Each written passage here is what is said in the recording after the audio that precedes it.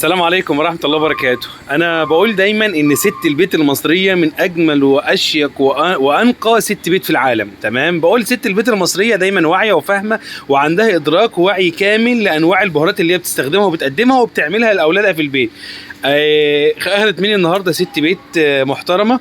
التشكيله الجميله ديت. تمام، هي طبعا ما خدتش ورق اللورا، ما ضافتش، ما بتحبش ورق اللورا عليه بنسب كبيره، ولكن اخذت مني اللوحه الفنيه تلاقيها محمصاها وبعتها لي كده بالمنظر الجميل ده. اقسم بالله انا بتبسط جدا جدا جدا.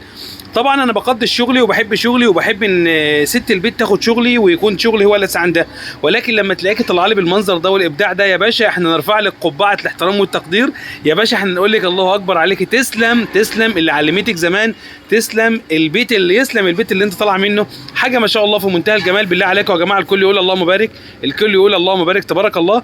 يعني بص البهار بيتكلم عن نفسه. انتوا شايفين حجمه؟ حبيت يعني ديت اللي هو الكوبا الصيني، شايفين حجمها عامله ازاي؟ تحس ان هي ما شاء الله جوز الطيب. هي وجوز الطيب الاثنين احنا بنحاول نفرقهم من بعض. البهارات موجوده عندي، اقول ايه؟ مش عاوز اقول اكتر من كده. الشغل بتاعنا بفضل الله بيتكلم عن نفسه اهو اهو، وفي صينيه الروايه يا ست بيتكلم عن نفسه. مستنيكم ان شاء الله تشرفونا وتنورونا في عطارات محاسبه التوابل.